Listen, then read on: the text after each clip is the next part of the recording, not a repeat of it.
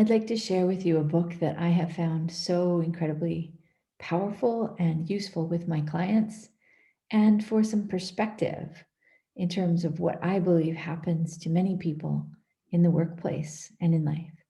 This is a book called The Broad Mind by Michelle Tocher, and she has given me permission to share it with you. So, The Broad Mind by Michelle Tocher. So, here we go.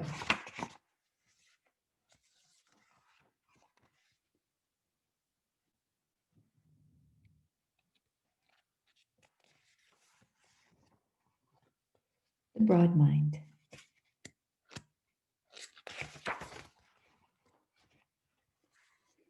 Once there was a thing called a broad mind. I can't tell you what kind of thing it was, but I can tell you what it looked like. It had wings for flights of imagination, webbed feet for plunging into the depths of things, eyes that could see into the farthest galaxies, and arms that could embrace the whole wide world.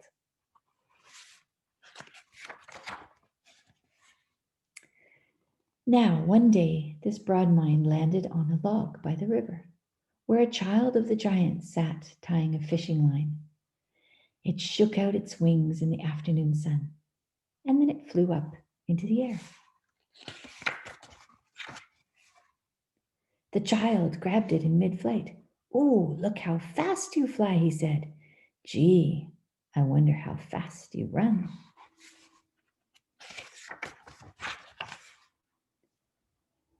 So the child of the giants carried the broad mind to a racing track and set it down at the start line. "Now run," commanded the child. The broad mind flew up into the air.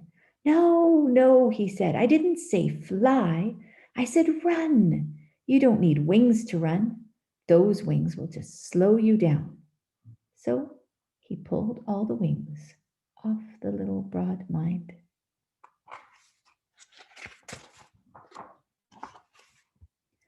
Once again, he set the broad mind down at the starting line. But the broad mind didn't run.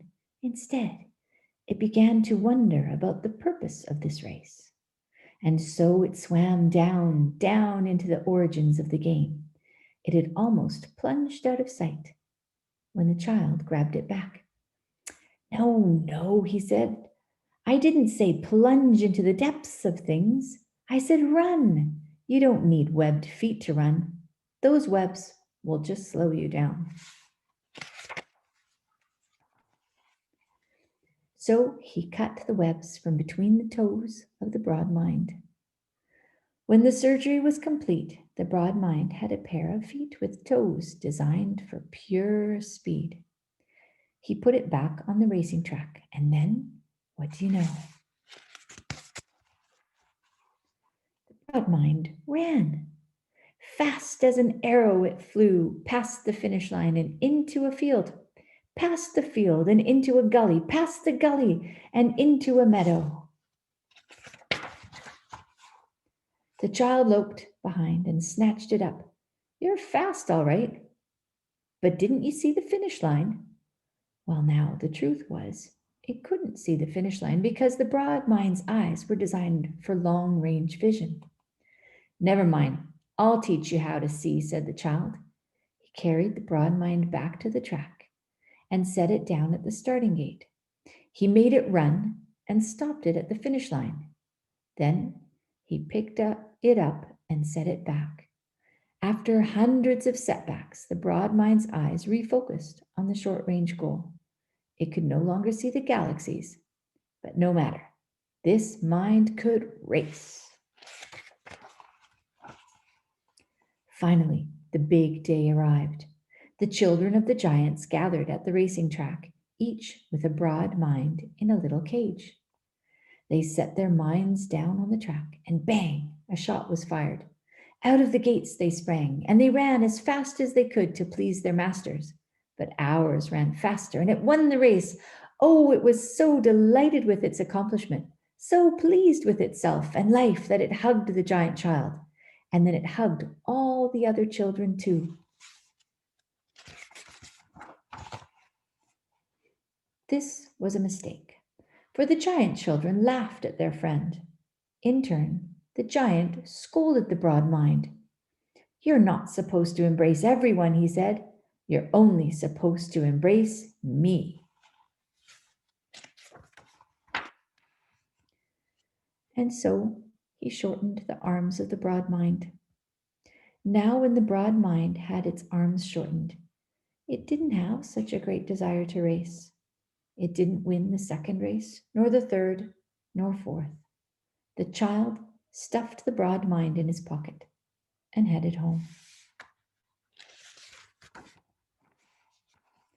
On the way, he threw it into a garbage can. This mind is no use to me, he said.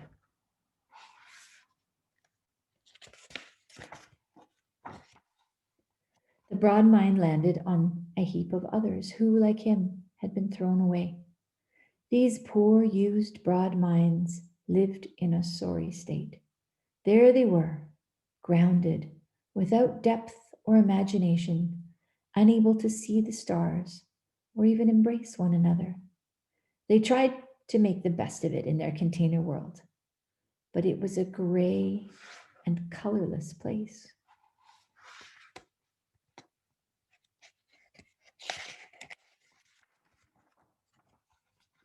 After a while, the broad mind found that its wings were growing back.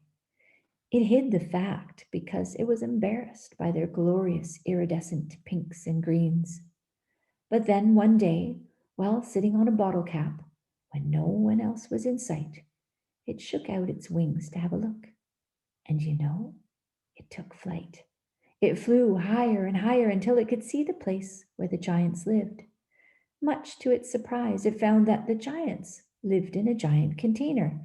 It flew higher and higher beyond the container, only to find that the giant container was also contained by greater giants who lived in their own container. And so it went on infinitely.